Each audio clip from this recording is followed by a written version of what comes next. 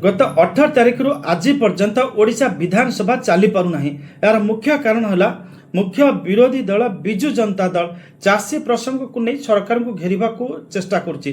विशेष करके मंडी रे धान किणार अव्यवस्था हो दल अभियोग करते सरकारी दल तरफ कहुच्छी चाषी प्रसंग बा मंडी अव्यवस्था नहीं से गृह रे आलोचना करने राजी से स्थिति रे विजु जनता दल आलोचना न करिबा कौन ना कौन जगार गोटे राजनैतिक गंध सेठी सृष्टि होची बा बारी हो पड़ुची।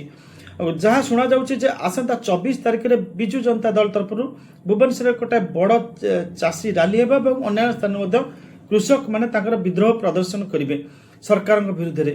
जदि एटा सत्य ताहले एकथा बुझिबा को पड़िबो जे से पर्यंत चाषी आंदोलन रे सरकार को घेरिबा पाई जो मोमेंटम गोटे तैयारी करबा कथा, जो टेम्पो गोटे तैयारी करबा कथा, उत्साह उद्दीपना तैयारी करबा कथा, भावोच्छ्वास सृष्टि करबा कथा से नहीं कि विजु जनता दल विधानसभा को व्यवहार करुच्ची। एटा किंतु सब बड़ दुखर कथा जे Vidhan Sabha is a platform for debate discussion and discourse. जेतबेले विधानसभा रे डिबेट हबो नाही, आपनकर डायलॉग हबो नाही, डिस्कोर्स हबो नाही, ताहले एई भली ताकू बंद करा जिवो।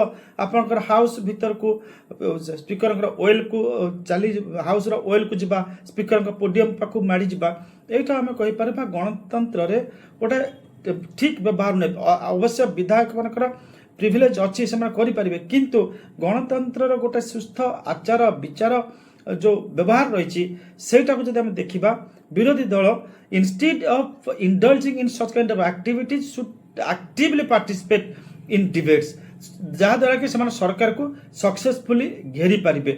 एवं विरोधी दल एमती अभाव नहांती जे मैंने विज्ञ प्राज्ञ लोक जो मैंने सरकार को ए नहीं कैफत तलब न करें एवं दृढ़ भाव में से सरकार को ए नहीं घेरी पारिबार सामर्थ्य रखुचंती।